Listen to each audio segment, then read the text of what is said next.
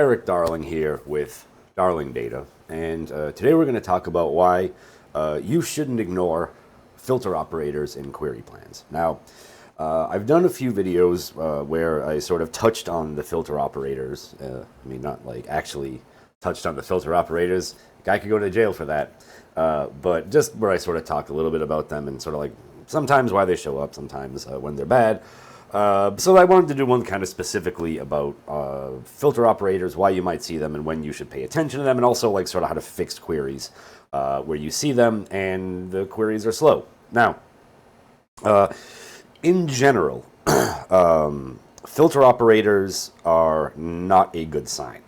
We're going to talk about when they're a sort of expected sign and when they're a bad sign. But in general, when I see query plans with lots of filters in them, I get a little nervous. Mostly because, you know, filter operators are SQL Server removing rows from a result set at some point in a query plan, right? But really, you don't want to see rows get removed from the query plan like over here. You want to see rows get removed from a query plan like as close to when you touch an index as possible.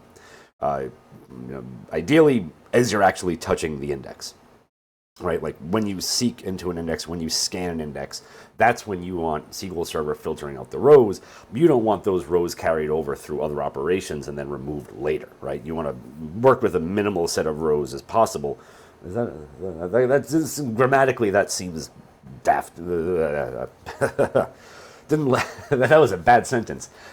You want SQL Server to deal with as few rows as possible, as early as possible, right? You want to remove as many rows as possible as early in the query plan, as far to the right in a query plan as you can. As soon as you start removing rows far to the left in a query plan, you have started to fail from a performance perspective. So, when you would expect to see filters in query plans, here are a few examples. One is when you use a halving clause. And since halving clauses work on aggregates, you have to figure out like exactly which rows meet that requirement. No rows are going to meet this requirement. That's totally okay. I just need to show you a query plan where, you know, SQL Server doesn't know how many rows are going to meet that count predicate from the halving clause, right? Where count big is greater than 2.1 billion, blah, blah, blahs. Well, you have to do that. You have to fully execute that query and do that count to figure out which rows would actually qualify for that. So when you use a halving clause, you can rightly expect to see a query plan with a filter in it to filter out those rows after that expression has been calculated. Another sort of similar idea is when you're filtering out on like a windowing function, because you have to, at runtime, like again, just like a count big, at runtime you have to execute that windowing function, come up with what that windowing function expresses itself out to over the result set you're asking it to express over, and filter that out later. So here's another example of a query plan with a filter in it, and this filter is totally reasonable because we need to generate that row number and figure out where it meets the predicate applied to it, right? That row number has to get calculated just like the count big. Similarly, you might see, so this one's a little tricky to explain because there are, you know, some caveats and, you know, other things to consider with it. But just to give you an easy example, if you play tricks on SQL Server to get batch mode into your queries, like create, like in my example over here, where I'm creating a temp table with a column store index on it, and I'm doing this sort of silly join to that table in here, this will generally get SQL Server to do something batch modey at some point in the query plan. But like I've talked about in other videos, this does not get you batch mode on row store the way the batch mode on row store feature gets you batch mode on row store. This might get you a few operators to operate in batch mode, but it is not the full batch mode on row store experience. So you end up with this query plan that's a mix of row and batch mode operators, and batch mode bitmaps are not really tightly integrated into that. So you'll end up with a query plan that looks a little something like this, where you have a filter over here, and that filter comes from a batch mode bitmap, right? Because if you look over here at this hatch join, hash join, not hatch join. We are not hatcheting anyone. This hash join does execute in batch mode, and it does produce a bitmap, right? If you right-click on this, where is that thing? Batch, yes, define values, opt bitmap. So this is a hash join where there is a bitmap involved, and that bitmap gets applied, but not over here. We're like a row mode row mode bitmap. I'm not even going to repeat that one. Row mode bitmap. You would normally see applied when you scan or seek in a clustered index. In this case, though, it is not applied over here. It is applied in a filter operator after the fact, which can actually be kind of crappy for performance if you're scanning really big tables. Another one that I've covered in a previous video is you might see filter operators for startup expression predicates. Now, you can ignore the sort of red squiggles in here, because this is just a statement from a store procedure that I pulled out. This is the store procedure that I pulled it out from. I just wanted to show you what it looks like, where there's sort of this conditional join logic. So if we are going to check the post table, then we actually do this join. Or if we are going to check the comments table, then we actually do this join.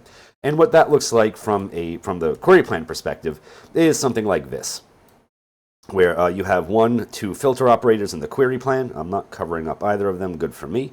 But if you look at the filter operator, you have this startup expression predicate. So if check posts is true, then we will touch the post table. Or if check comments is true, then we will touch the comments table over here, which I am blocking a little bit, but that's okay. This filter operator, you can still mostly see what we care about in here, right? So these are some reasons why you might see sort of expected filter operators. These aren't necessarily good, bad, ugly, somewhere in between for performance, but they are things that I would generally keep an eye on and just make sure that I understand why they're showing up. And especially in the case of the startup expression predicate, I would definitely want to test this store procedure like I did in the video that I recorded for you, which I'll put a link to in the show notes here.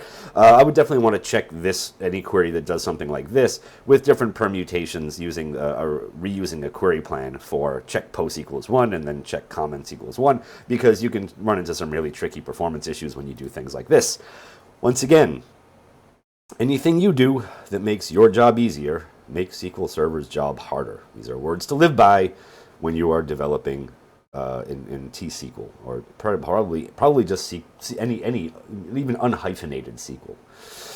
So, of course, times when you will see filters in query plans because you did something necessarily silly would be if you wrote a completely non-sargable predicate.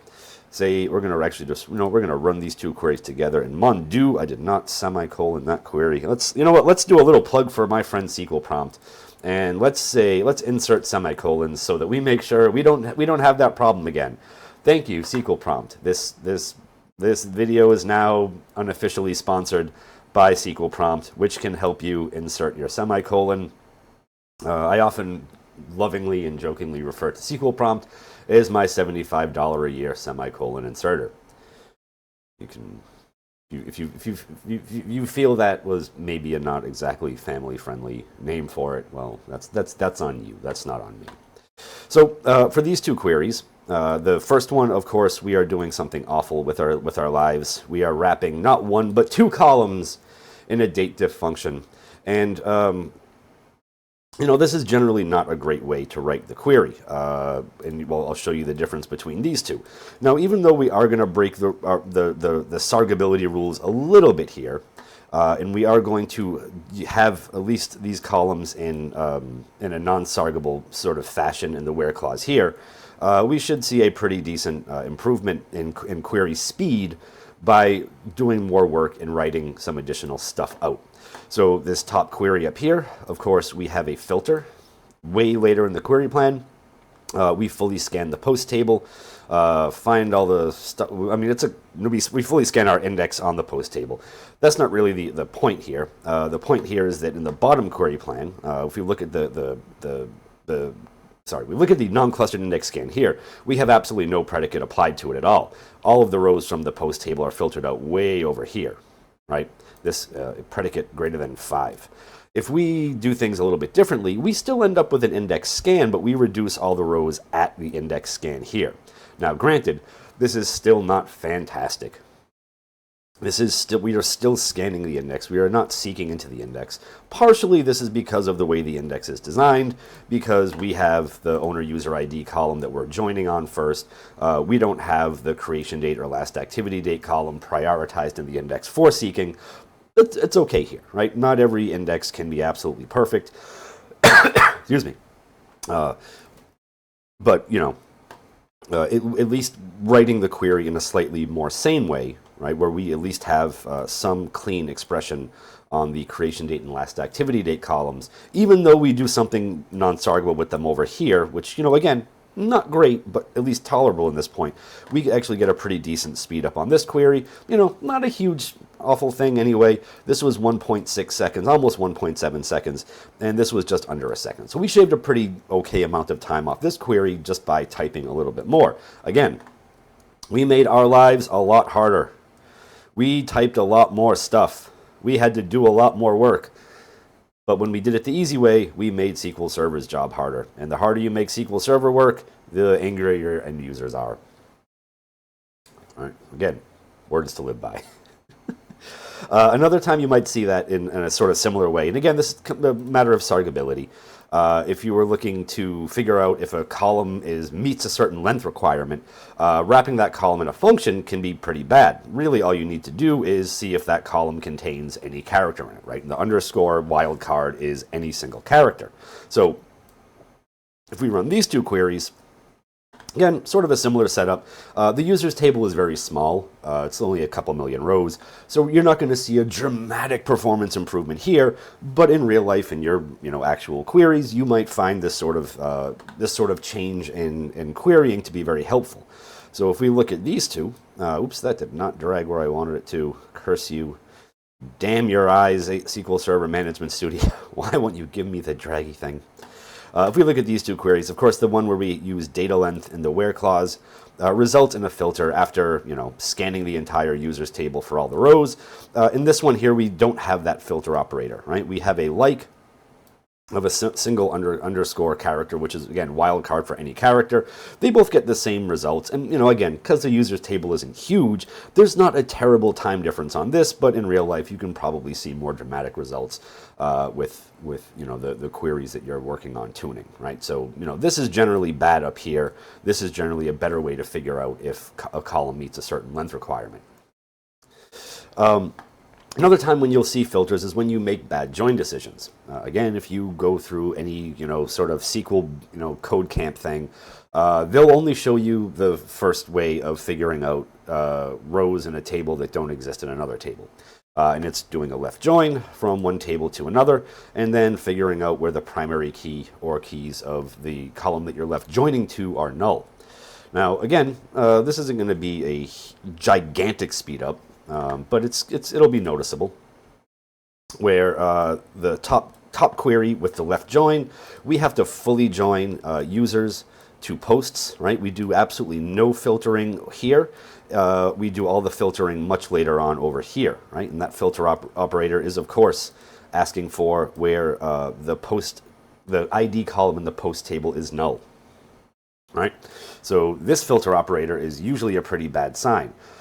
This won't always, 1,000 million billion % be the case. There will, of course, be times where you might test the same query paradigm two different ways, right? You might test it with the left join and searching for the null. You might check with not exists.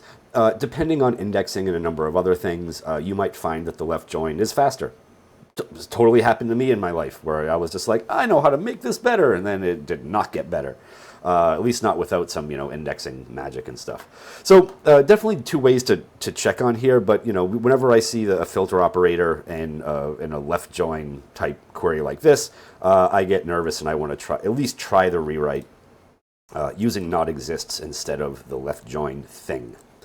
Another thing that can cause filter operators to show up in your query plans are when you are dealing with max data types. This goes for column data types, and this also goes for parameter or variable data types.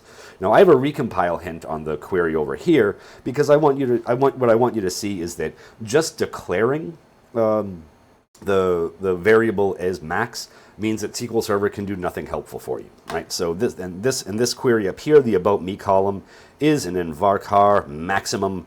We can see that right here. And if we want to search on that column, we're going to have a filter operator in our query plan. And unfortunately, there is no helping this. You could create a computed column that is a substring of like a reasonable search index for your query, right? Like you might not need to search all 2 bajillion gigs of the bytes of data in this column. You might only need the first like 100, or even if you made this in varchar 4000, which is a decent chunk of stuff to be able to search through, this would be okay. A lot of people might say, oh, full text indexes, but full text indexes in SQL Server stink. They're awful. Don't even bother. They're like you're better off using like Elasticsearch or something. If you start thinking about full text indexes in SQL Server, you should mentally just jump right to Elasticsearch, because that will actually be better for you than anything else. And again, if we define our parameters and variables with reasonable data types, we will not see filter operators in our query plans. We will see regular index seeks and scans, like in this one down here. This one is where the location variable is declared as an in varchar 100, which matches the length of the location column. In this one up here, where I made location and in varchar max, we filter that data out later. Even with a recompile hint, SQL Server can't like sniff the fact that we only had that the length of our local variable was 4 bytes. So it was here, or I guess 8 bytes because it's Unicode. SQL Server can't figure that out, right? So SQL Server can't just discard the maxness of the one up there. It has to, fully scan whatever table, apply that in varchar max filter later. Another time when it's particularly bad, and I'm going to start this running because this is kind of an amusing one, is when you put UDFs of nearly any variety in your join or where clause. Now, so let's limit this at first to non-inlineable scalar UDFs, because SQL Server 2019, at least if you have all the right incantations, will attempt to inline some scalar UDFs. There are a lot of restrictions on it. There are a lot of caveats to it, and performance isn't always better. Sometimes you might start seeing eager index spools and query plans where SQL Server has rewritten your scalar UDFs as inline versions. That just means you stink at indexing and you need to fix something. But in this case, you could also see this with multi-statement table-valued functions. Inline table-valued functions, you are far less inclined to see issues like this. You still might, but you have to really screw something up within the inline table-valued function to make that happen. So here are two queries, the top 175 and the top 180. And what's kind of funny is if we look at how long each of these ran for, when we... For the top 175, we do okay, right? We still had to read a bunch of rows here, but not nearly as many as we read down here. And what's very funny about all this, right, is that this query took I messed up highlighting on that. This query took about 4 seconds. This query took 34 seconds, right? And why? I'm gonna tell you why. This is very funny. This is kind of like a good like level 500 DBA row goal joke. This top query found, if I lift up this arm and I zoom in correctly and appropriately, and I don't mess anything up, gosh darn you, we get 175 rows back. Good on us, right? That's the one that took 4 seconds. If you look at this query, well, you might. I'm gonna get things lined up down here. I'm gonna lift up my arm. I'm gonna scroll over, and keep scrolling over, and there we go. We are at 179 rows. So I asked for the top 180, but only 179 rows qualify. So we wasted a lot of time trying to meet trying to find that 180th row. That's why in the query plan for this one, we could actually get done pretty quickly because we only needed 175 rows. In this one, where we asked for one more row that actually existed, we needed to have all 2.4 million rows come out of the users table to search for that elusive 180th row, but we did not find it, and that is why we had so much more work done in here. In this filter operator, the filter operator for both of these is going to be our scalar UDF. Now, I know you're gonna say something about putting scalar UDFs in computed columns, and maybe you might even say something about schema binding. If you're the type of person who puts scalar UDFs in computed columns, you deserve to be smacked with everything that someone can find within reasonable reaching distance and smacked with, whether it's a fish or rubber hosing or a chair or something like that. Because sticking scalar UDFs in computed columns will doom you to a lifetime of query misery. They will force every single query without, trace. You can use trace flag 174 to get around this sometimes, but in general, every single query that touches your table will be forced to run single-threaded. You will have a bad time with all sorts of indexing and maintenance tasks. You will have a bad time with DBCC checkDB unless you're just running in physical only.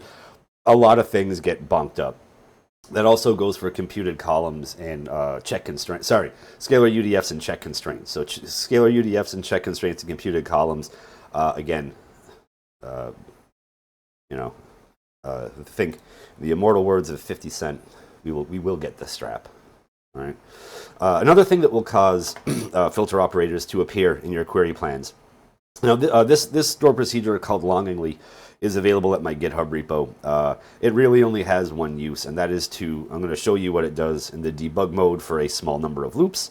What it does is it will declare, whatever you set for loops, that's how many variables it will declare. Right, so I chose 5, so we have 5 variables in here. It'll also generate this select count from users where reputation is less than 0, or where display name is in however many parameters we decide to create, and then the query that it executes final at the end is all those declares with the final statement. Right, so fun times there. Now, the execution plan for this one is useless. We don't need to look at it. But the execution plans for these are a little bit more interesting, because what we're going to see is that when we only search for 14 of those, we will have a clustered index scan, and we will filter out rows at the cluster index scan. Clustered index scan. I can't remember if I said that right the first time.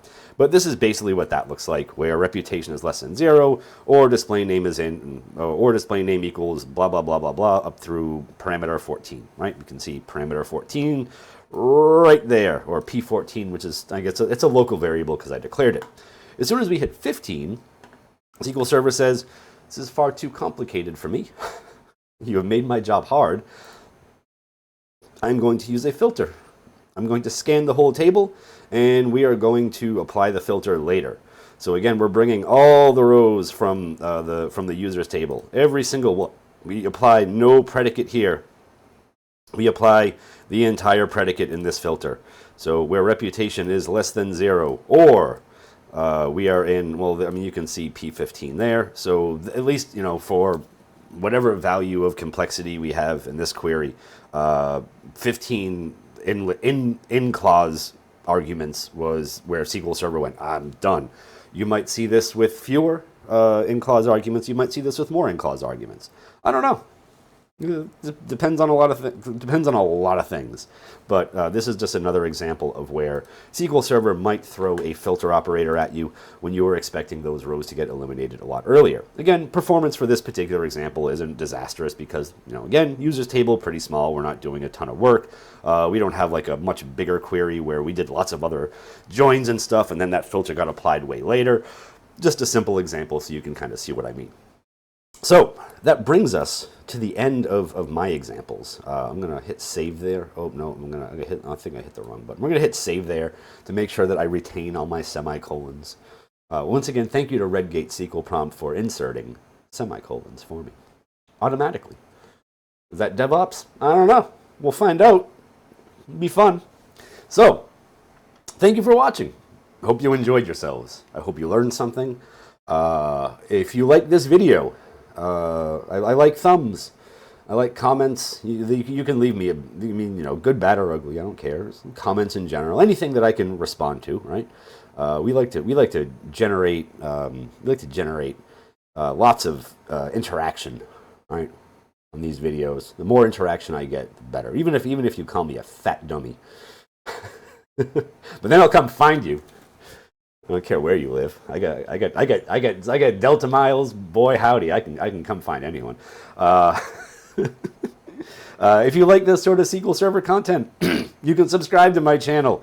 There are buttons that you can push where you can get notified, and I'm going to make sure that I have the most up-to-date count. So you can join 4,009. I finally crossed the 4,000 mark. I'm gonna overtake a few Amiga repair channels at some point.